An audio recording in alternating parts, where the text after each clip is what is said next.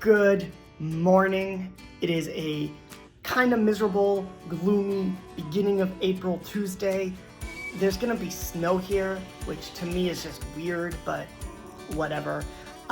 Super stoked to get this crazy day going. I have a bunch of back-to-back meetings. I'm giving a lecture, more meetings, board meeting, finalizing lecture on the impacts of health policy development in rural communities, and I'm gonna have dinner with an old friend of my partner's, and it's gonna be a crazy day.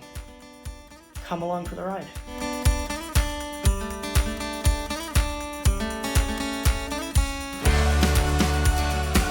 It is a fabulously gray day here in Chicagoland, Illinois. We have an epic day planned for us. It's starting with some breakfast, of course. So, starting off the morning properly with coffee and breakfast. Then today we have a pretty epic day ahead. We have some meetings, and then more meetings. And then when we think we're done with the meetings, no, we have more of them. And it's fine. I love my job. But then we are going to go into downtown Chicago, where we have a meeting with the curator and director of the International Surgical Museum. I love that place. It's a hidden gem in the tapestry of downtown Chicago, and you'll see later what I mean by that. Let's see her perspective and what they have to say about museums and formal education, healthcare, STEM, and whatever else they want to tell us and share with us. We got dinner with a friend. We got coffee break in the middle. Gotta be editing a few episodes back, and paperwork to do. So yeah, it's gonna be an awesome day. Stick around.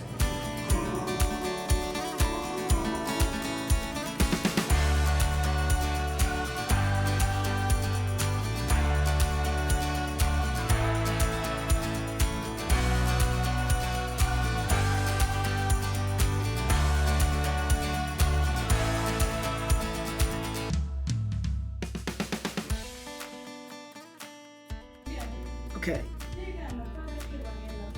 I'll change for my next set of meetings.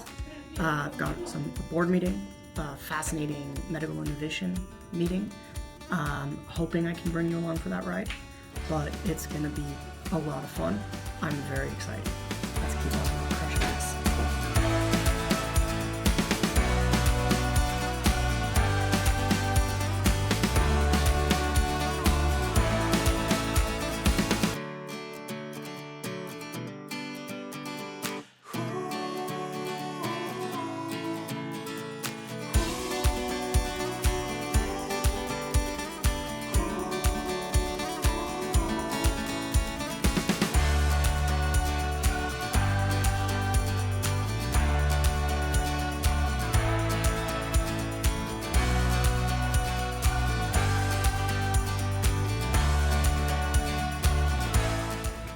Okay, so next is a quick meeting with one of my engineers, on this really cool reality and virtual reality app we're working on. We have to get into the nitty-gritty technical details, so we're gonna deal with that, and then I get a little bit of a break. We shall see what I will do. Maybe take a nap. Anyway, stick around.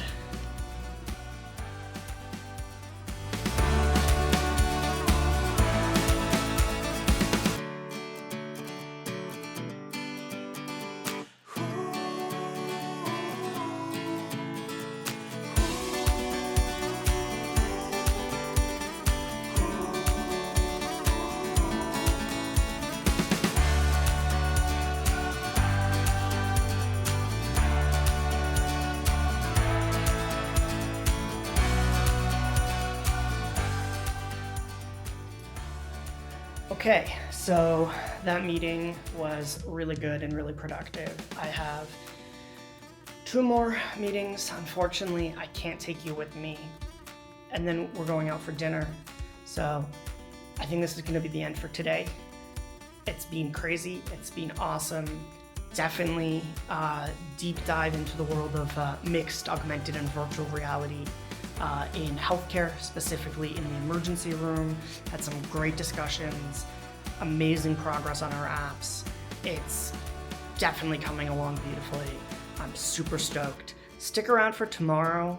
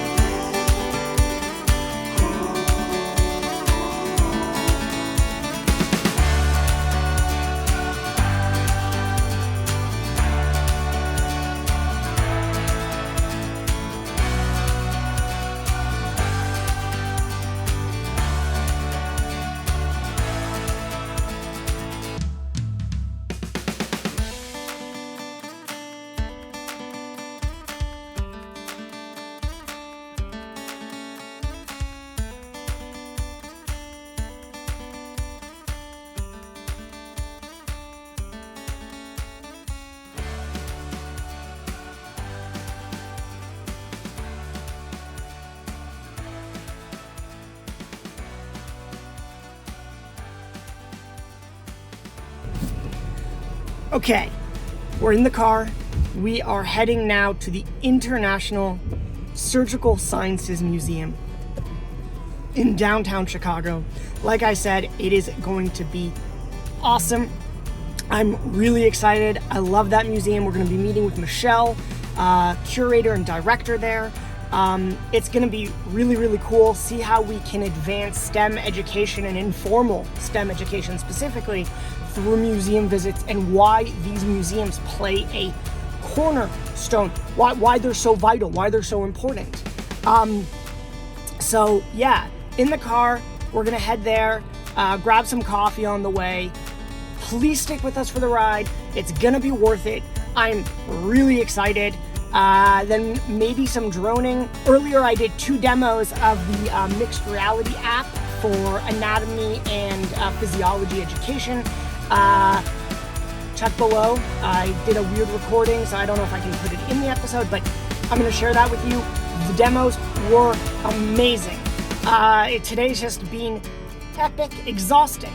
For a Thursday, I'm defeated, but it's worth pushing through and making this day happen. So super stoked to have you come along for the ride. Please stay with us. Let's continue crushing today. Let's do this.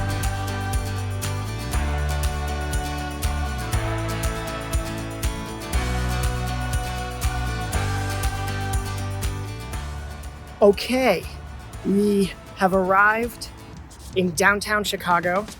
I think it's fair to say downtown Chicago. We are now heading to the museum.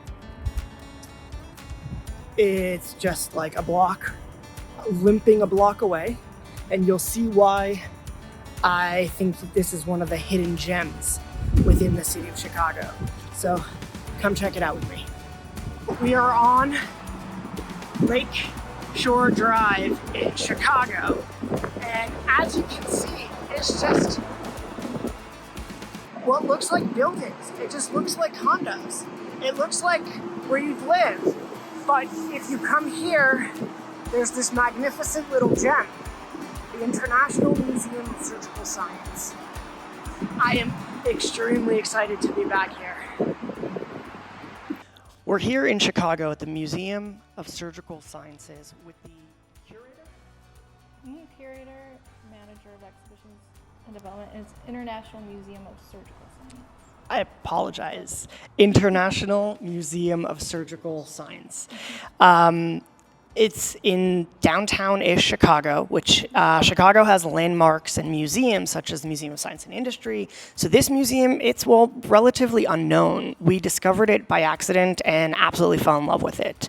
And we think it should be much better known and highly recommended to anyone who comes to visit Chicago and who lives here. So thank you for having us today and consenting to this interview. How would you describe the museum to potential visitors? I would describe the museum as a medical history museum, but it's something that will take probably up to 2 hours to go through.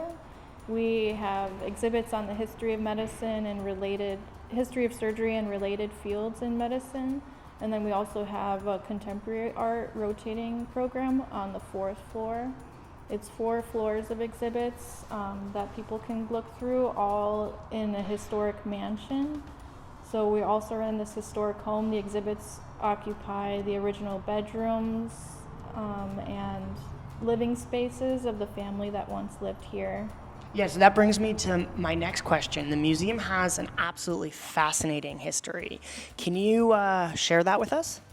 Yeah, so the building itself at 1524 was originally a residence for the Countess family, Eleanor Robinson Countess. She was an heiress of the Diamond Match Company. So if you think of matchbooks, their family invented matchbooks. That's so cool. So from arson to surgery. So they have named the building the mansion that was built on matchsticks. And so the family, Eleanor lived here. The building was built as a wedding gift for her and Frederick Countess, who is the president of the Chicago Board of Trade. And so they married, and her father provided the housing fund, but it was all at the direction of Eleanor. So she traveled to France when she was younger, and she wanted a building that was French and modeled directly after Les Petits Trianon, Marie Antoinette's chateau on Versailles. So it's kind of a copy of that, but she wanted it to be 1 floor higher because we're in Chicago, and she wanted it to be able to withstand 10 more floors so that her family could live up on the upper floors and they can rent it out and live here. What year was this? 1917 is when it was built. So that's forward thinking for 1917. 10 floors. And unfortunately, so she separated from Frederick. I'm just going to give you a lot more history than you probably want. All good. She separated from Frederick in 1921 or something like that, and after World War I, and he ended up moving to the top floor of the Drake Hotel, which you can see from here. But in passing away at a young age, he ended up in an insane asylum because he wasn't able to fight for the war effort in World War I. So he went crazy, and Eleanor was very, very into the war effort. And she ended up remarrying Lawrence Whitting, who was a war general. And they met she worked at the Merchandise Mart. And then they married in this home. She had 2 children with Frederick, 2 children with Lawrence, and their bedrooms are on the 2nd floor. And she unfortunately passed away at a very young age, at the age of 39. She fell from her Lake Geneva home and never recovered, and she passed away in the home. And after that, the children fought with Lawrence in court over the estate, and he squandered the fortune, and they had to give up the home. And at that time that the home went up for sale, the International College of Surgeons was already headquartered next door in the building, 1516 Lakeshore Drive, which is a historic mansion. And they bought that building in 1935 when the organization was founded. And Max Thorick was looking at the time that the building came up for sale. He was looking for somewhere to start a Hall of Fame for surgery. So he was very passionate about medicine and the importance of medicine and its humanitarianism. And so this building came up for sale, and it was the perfect opportunity for them to purchase it with the sole purpose to turn it into a Hall of Fame for surgery. And at that time, they renovated the building. They boarded or bricked over the western windows to allow for more wall space for the exhibits, and he commissioned 2 exhibits at the time, the Hall of Immortals and the Hall of Murals, that tell the story of the history of medicine. And that's what's here? yeah, 12 stone statues depicting important figures throughout the history of medicine. Like we say that the three A's are very representative of the advancements in medicine: the development of anesthesia, the development of antisepsis, and the understanding of human anatomy. And then some of those same figures are pictured in the Hall of Murals, where they are depicting the scenes of those important feats in medicine.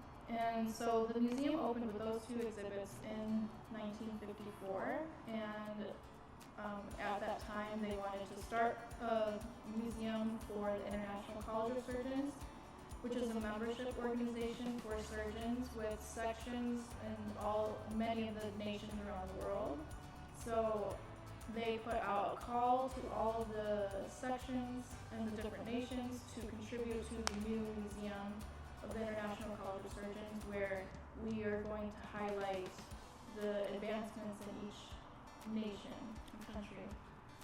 So donations began to come in, and exhibits all popped up all around the museum devoted to a specific country or nation. And So let me ask you, so you brought up the International College of Surgeons, right?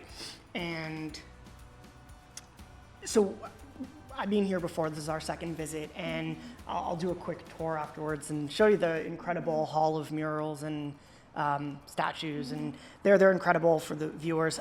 So my question is this though, you go through the museum, and I know that on the second floor, third floor, there's a whole thing about Korea, Japan, and Taiwan and Japan. So those are the two leftover galleries that are representative of the section, the member Japan section of the International College of Surgeons and the Taiwan section. So those two sections actually sponsor their exhibit to be here at the museum, because they know that we have a lot of international tourism, and they want to present there. So when we were here last time, I asked one of the staff, for example, you would think that there'd be an exhibit about the Da Vinci, right? So for the Da Vinci, it's a surgical robot. Yeah. And it was developed by a bunch of countries, but it's international. So I asked the question, I'd love to hear your answer on this. Canada's not on here. Not, America, Israel, right? Why, where are they? Where's their representation? Why do we need this international college? So the International College of Surgeons, that's how it was originally conceived as a museum, is to represent each member of the college who, at the time, they were donating, they couldn't donate a lot of original things from their country because their country wants those things. So a lot of reproductions were made and sent over to represent. So that's why there's a lot of paintings and sculptures to tell the story of medicine for Canada through painting and sculpture. But Well, for Canada, there's the insulin, the bending and beast. I think it had just opened. Yeah. So we have all of those in storage in collections, the international collections that were originally donated in the 1960s. Okay. And by all the representative countries, and I think that curatorially over time, they moved away from just telling the story through nation and telling the story through specialty. So on the third floor, you'll notice that there's like a X-ray exhibit. There's a pain exhibit telling like the history of anesthesia, and I'm just visualizing doing a live demo of pain and anesthesia. That would go over. There's like the ophthalmologist. So it moved away from telling the story through nation and telling it through specialty. Okay. But there's remnants around where, like the Spain room on the fourth floor was installed with commissioned giant murals that we can't just take down. So that is the Spain room. Okay. There used to be exhibit cases in there with a lot more like things from Spain, but they're in the collections rooms now. And Japan, the original donation was that Mount Fuji rug, and they had silk paintings of Seishu, who's a really important physician from Japan who like developed anesthesia in Japan. But so we have those like original silk paintings and the rug that were from the original Japan exhibit. And I think in the early 2000s, Japan wanted to promote like their advancements in medicine and surgery with like there's so much Japanese manufacturers of medical devices and like ultrasonic devices, so they wanted that represented in the room. So it was kind of coordinated by that the Japanese section of the college to highlight their exhibit. Very, very cool. I wanted more recent. I have a question. Following what you said, how much of your collection is not on display? Do you have a warehouse or two warehouses full of things? A lot, yeah. I mean, I would say a small percentage is actually on display, and everything is on site here. So we utilize like the closets, like the bedroom closets, for a lot of collections. That's so cool. We have a collection, big storage room on the 4th floor, and then we have like basement storage, really big things, and then we also have the coach house out behind the parking lot. So, what would you say is your favorite exhibit? It's hard to choose a favorite exhibit because I'm really fond of a lot of the things we have here, but yeah, like I said, I'm really fond of just the history of the organization and how, and the vision of the founder, Matt Storick, and I'm really drawn to that history and his creating of the Hall of Fame for Surgery with the two inaugural exhibits, the Hall of Immortals and the Hall of Murals, that tell kind of the history of medicine in a symbolic way. So, education is a key mission of any museum. What would you hope are the most important things that a visitor can learn from coming and seeing this museum? Definitely, I think this museum is not just for medical people and it's not just for people that are in the field. We try and tell the story of medicine to someone that's not in the field and make it easily digestible. And I think a lot of people that come in here, they didn't realize how far we've come in medicine. And actually, it really wasn't that long ago that we didn't have anesthesia and anesthesis. And I think a lot of people don't really know about the history of medicine, what surgery used to be like, and what medicine used to be like not that long ago. Yeah, that's so true. So essentially, you guys. Even medical students, I hear it's not being taught in medical schools, the history of medicine. To a point, or yeah, to a point. So I guess in another way, you guys are the spoonful of sugar that helps the medicine go down. Yeah. Whoever gets that reference gets that reference. So next question: if you had twice the space, what is one, and the resources, right? What is one exhibit you would love to permanently have set in your museum? I mean, more space would be amazing for multiple reasons, but even just to do bigger and better temporary exhibits, because really that is what draws people, I think, a lot to engage with what's going on, like more contemporarily, to do like really big temporary exhibits, traveling exhibits. Okay. I would very much agree that people will come to the museum who live in the in the area, the region, but they will come again when a temporary exhibit like the one that's about a waste plastic that's now at the Museum of Science and Industry.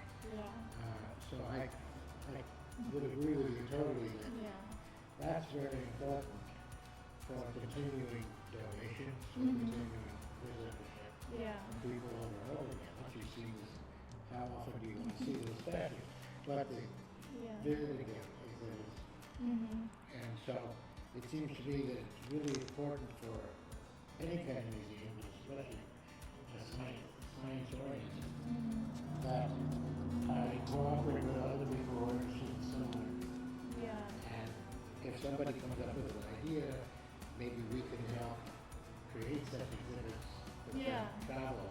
Travel. I think, yeah, it's something, I think just industry-wide, it's something that is exciting for people in the museum field to have new things, like people that are doing things that are bigger and better that you have the resources to do. But So before we wrap up this interview portion, I'm going to do a rapid response round. So I'm going to fire at you 4 questions, and it's like rapid response, okay? 1. do I give one-word answers? One sentence. I got it. Okay. One sentence. If you were to be able to have any pioneer in the medical surgical field come and do a tour of the museum, who would it be?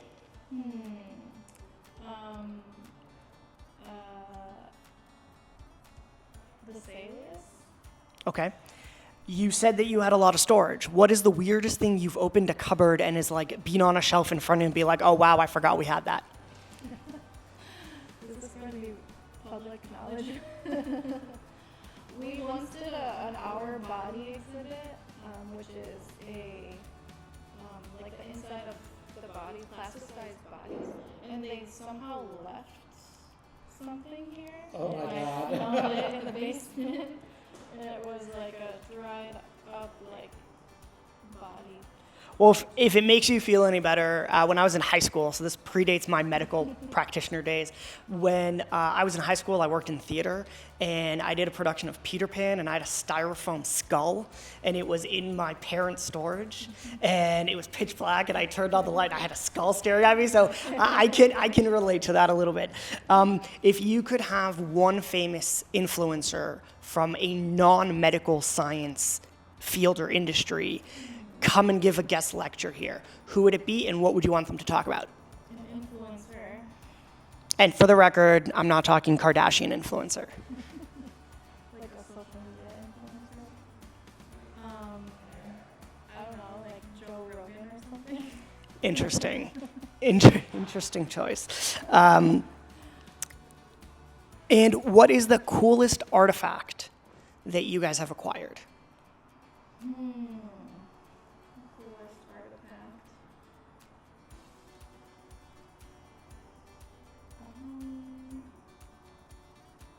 I think I have to think for a while. Probably. I'm not rapid at this.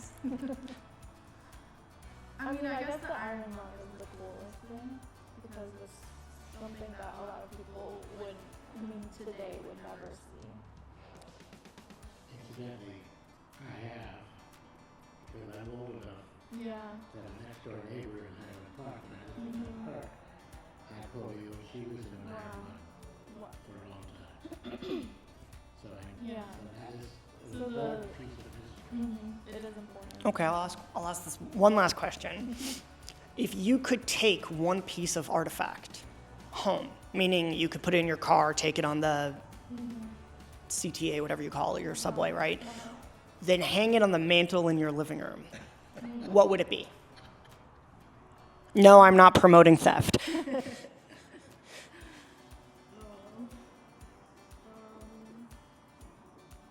Maybe like the Seishu painting, the Japanese painting on the 3rd floor. Very cool. Awesome. Well, Michelle, thank you so much for having us and for consenting to this interview. And we'll be back soon. So this is the library, and this is one of the 2 original exhibits. So you can see the 12 statues that they're referring to. Chassing, Link. And then here, this is the Hall of Murals. Just look at this room.